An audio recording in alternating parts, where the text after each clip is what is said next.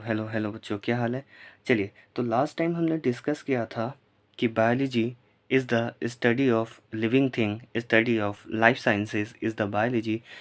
तो पहले ही हमारा चैप्टर है 11th क्लास का, द लिविंग वर्ल्ड। अगर हम बोल रहे हैं कि बायोलॉजी लाइफ साइंसेज और लाइफ की स्टडी है, लिविंग थिंग की स्टडी है, तो what is living thing, living world हम पढ़ेंगे। तो उसी में हमारा पहला टॉपिक है व्हाट इज़ लिविंग। तो लिविंग के कुछ कैरेक्टरिस्टिक फीचर्स होते हैं, जैसे कि हमारा लिविंग थिंग ग्रोथ दिखाता है, रिप्रोडक्शन दिखाता है, मेटाबॉलिज्म दिखाता है और कॉन्शियसनेस दिखाता है। अगर हम ग्रोथ देखें तो इंट्रिंसिक ग्रोथ हम डिस्कस करेंगे क्या होता है। रिप्रोडक्शन यानी सेल्फ रेप्लिकेट, बिल्कुल सेल्फ रेप्लिकेट करेंगे तभी तो आगे प्रोजनी और जनरेशन हमारी चलती रहेगी। मेटाबॉलिज्म, सेल्फ ऑर्गेनाइज, हमारे अंदर पूरे केमिकल रिएक्शंस हो रही हैं। और कॉन्शियसनेस की बात की जाए तो हम कॉन्शियस है और हम रिस्पॉन्स करते हैं स्टिमुलेशन से, एनवायरमेंटल फैक्टर से। तो इसी को हम डिस्कस करेंगे डिटेल में। और इसमें हमारा पहला पोर्शन आता है ग्रोथ। ग्रोथ की अगर हम बात करें तो ग्रोथ है क्या। ग्रोथ है increase in mass, increase in number. और ये एनसीईआरटी का स्टेटमेंट है, increase in mass, increase in number हो सकता है। और एनसीईआरटी के स्टेटमेंट्स बच्चों एज इट इज़ नीट में पूछ लिए जाते हैं और इसको हम ट्विन कैरेक्टर्स ऑफ ग्रोथ बोलते हैं। ये भी एनसीईआरटी का स्टेटमेंट है, तो ये हमें पता होना चाहिए। तो ये ग्रोथ है। और ग्रोथ में ना हमें दो चीज़ याद रखनी है। एक तो ये स्टेटमेंट हमें याद रखनी है कि increase in mass, increase in number twin characters of the growth कहलाते हैं। ग्रोथ में एक और चीज़ हमें याद रखनी है जो कि हमसे पूछा जा सकता है, वो ये है कि in single cell organism growth is mutually inclusive event. कैसे इंक्लूसिव इवेंट है ये देखिए। मान लेते हैं हम इसे, ये एक अमीबा है, ठीक है। ये अमीबा, अमीबा के अंदर फिज़न हुआ और ये दो अलग अलग में चेंज हो गया। मतलब कि दो अलग नए अमीबा हमको मिले। तो इसको हम रिप्रोडक्शन भी बोलेंगे और इसी को हम ग्रोथ भी बोलते हैं कि ग्रोथ हुई, increase in number. So in case of unicellular organism, growth and reproduction एक बार में इंक्लूसिव इवेंट है, एक ही इवेंट है और ये साइनोनिम की तरह यूज़ होते हैं, यानी एक दूसरे को रिप्लेस कर सकते हैं। तो इसलिए हम कहते हैं ये इंक्लूसिव इवेंट है। इन मल्टी सेलुलर ऑर्गेनिजम्स हम नहीं कहेंगे कि ये इंक्लूसिव नहीं, एक्सक्लूसिव इवेंट है। क्यों? क्योंकि हम एग्जांपल ले लेते हैं। मान लीजिए इस महीने आपका वेट 60 केजी है, अगले महीने ये 65 केजी हो जाएगा, तो ये आपके अंदर ग्रोथ हुई है, हम इसे ग्रोथ कहेंगे। लेकिन हम इसे रिप्रोडक्शन तो नहीं कहेंगे, हम ये तो नहीं कहेंगे आपका रिप्रोडक्शन हो गया है। So in multicellular organisms growth is mutually exclusive event. In single cell organism growth is mutually inclusive event. तो ये पूछ लिया जा सकता है, बहुत अच्छा स्टेटमेंट है, एनसीईआरटी का ही स्टेटमेंट है। अगर हम देखें तो हमारे पास कुछ नॉन लिविंग थिंग्स हैं जो कि ऑल्सो ग्रोथ शो कर देती हैं, but their growth is from outside and reversible. जैसे एनसीईआरटी में हमें एग्जाम्पल दे रखा है सैंड का, सैंड माउंट का, यानी कि सैंड है लेकिन कहीं से बहकर और सैंड आई और उसके ऊपर आ गई, तो उसको हम क्या कहेंगे, उसको हम कहेंगे जी बिल्कुल ग्रोथ, ग्रोथ इन मास हुआ है। या स्नो माउंटेन, हमारा स्नो है, स्नो और स्नोफॉल हुई, वो स्नो हो गया, ग्रोथ इन साइज भी हुआ है। तो लेकिन ये जो नॉन लिविंग थिंग की जो ग्रोथ है वो आउटसाइड से है और रिवर्सिबल है। रेदर लिविंग थिंग्स जो हमारे अंदर ग्रोथ सीन की जाती है वो होती है फ्रॉम इनसाइड। हम देखते हैं growth in living things are from inside and irreversible.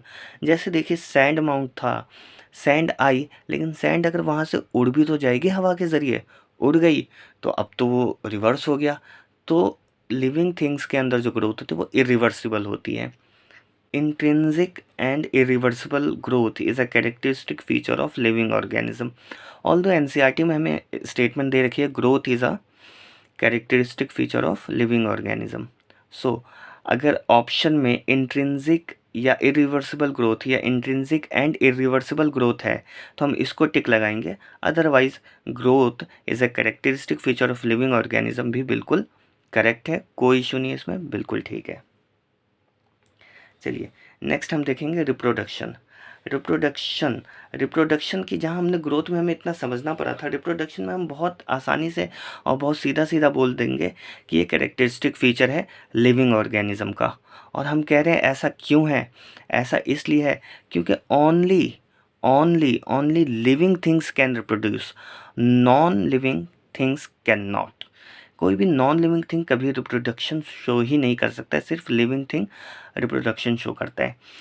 और हम कह रहे हैं अगर ऐसा है तो हम इसको डिफाइनिंग फीचर क्यों नहीं कह रहे, जैसा कि हम यहाँ कह रहे हैं it is a characteristic feature of living organism but not the defining feature of the living organism. हमने रिप्रोडक्शन को characteristic feature of the living organism कहा लेकिन डिफाइनिंग फीचर नहीं कहा। ऐसा क्यों? ऐसा इसलिए कि defining features are those features which don't have any exceptions, यानी डिफाइनिंग फीचर्स का कोई एक्सेप्शंस नहीं होता है। यानी हमने किसी चीज़ को डिफाइनिंग फीचर बोला है तो वो डिफाइनिंग होगा, वो हर सिचुएशन में वो एक्सेप्टेबल होगा। लेकिन अगर हम बात करें रिप्रोडक्शन की तो there is some organisms which can not reproduce. For example हमारे म्यूल्स हो गए, जैसे कि हम हिंदी में खच्चर बोलते हैं। ये डोंकी गधे और घोड़े के बीच में कॉपुलेशन किया जाता है तो उससे एक जो ऑर्गेनिज्म पैदा होता है उसे खच्चर बोलते हैं, म्यूल्स बोलते हैं। ये वज़न ढोने के काम आता है। ये हमारे स्टेराइल्स होते हैं, ये रिप्रोड्यूस नहीं करते हैं अपनी प्रोजनी।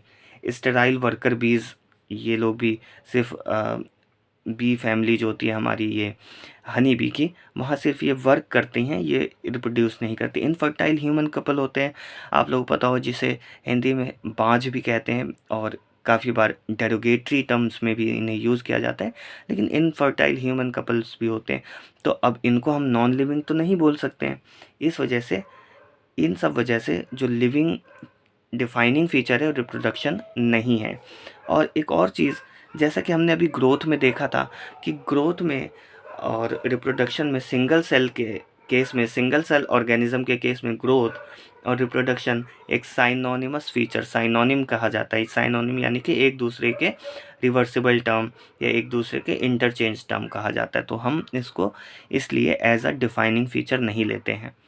और हम यहाँ थोड़ी सी रिप्रोडक्शन के बारे में बात कर लें तो रिप्रोडक्शन दो टाइप की होती है बच्चों, सेक्सुअल, एसेक्सुअल। Sexual, asexual.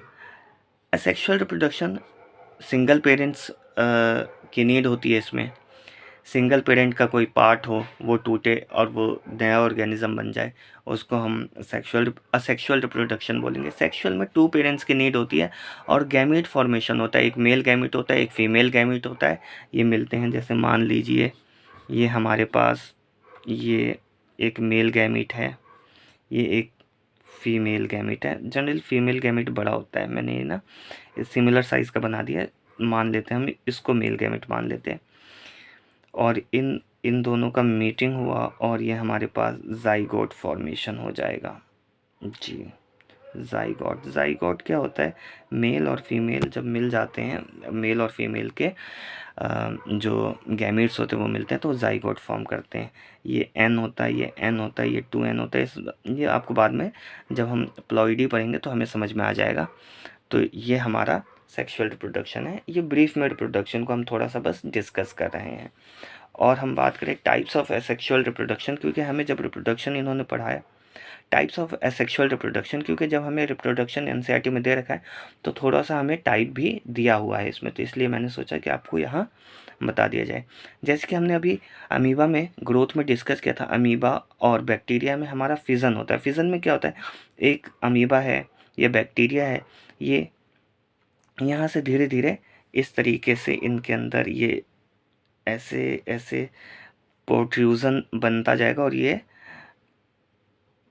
ऐसे करके धीरे धीरे यहाँ से कट जाएंगे और ये अलग अलग बन जाएंगे, टूट जाएंगे। तो इसको बोलते हैं हम फिज़न, अलग हो गए। फिज़न का मतलब होता है अलग होना। तो इसको हम, जैसे आप लोगों ने सुना है न्यूक्लियर फिज़न। न्यूक्लियर फिज़न क्या होता है? न्यूक्लियर फिज़न में हमारे पास एक एटम होता है जिसका कि हायर मास होता है। फॉर एग्जांपल हम कोई भी रेडियो एक्टिव मेटल ले लेते हैं, रेडियम ले लेते हैं, हम मान लीजिए, सॉरी मेटल बोला, एलिमेंट, रेडियम ले लेते हैं। तो ये रेडियम है, रेडियम का ब्रेक डाउन होगा। फ्रेंशियम है, फ्रेंशियम का ब्रेक डाउन होगा, तो फिज़न, न्यूक्लियर फिज़न होता है। तो इसी तरह इनका फिज़न हुआ है, तो इसको हम एसेक्सुअल रिप्रोडक्शन का टाइप है फिज़न। दूसरा हम बात करेंगे फंजाई। फंजाई हमारे बहुत सारे अलग अलग फंजाई होते हैं और अलग अलग टाइप के रिप्रोडक्शन शो करते हैं, जो कि हम आगे पढ़ेंगे। लेकिन अगर हम बात करें इसकी, तो ये फंजाई, एक फंजाई असेक्सुअल स्पोर्स का फॉर्मेशन कैसे होता है, मान लीजिए ये फंजाई है, ये फंजाई ग्रोथ किया और ये ऐसे करके स्पोर्स बना देते हैं।